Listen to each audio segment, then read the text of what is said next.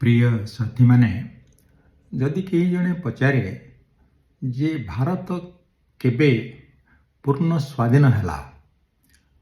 अनेक लोक कहिबे एटा कौन गोटे प्रश्न साधारण प्रश्न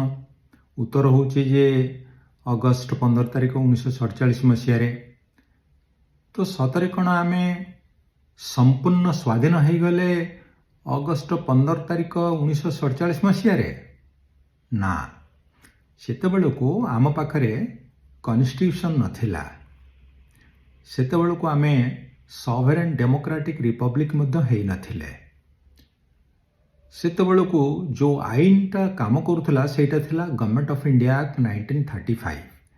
आउ एई एक्ट अनुଯାयी जी हेड थिला से ब्रिटिश राजा बा राणी थिला इंडिया रा हेड तेणु जदि कहा जाए जे प्रकृत स्वाधीनता आमे केबे हासिल कले बा India became a sovereign democratic Republic आउ ब्रिटिश सहित कौनसी कनेक्शन रहिला नाही से दिनटा हला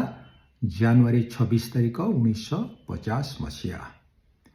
ये जो दुईटी डिफरेंस अनेक लोक जानते नहीं आउ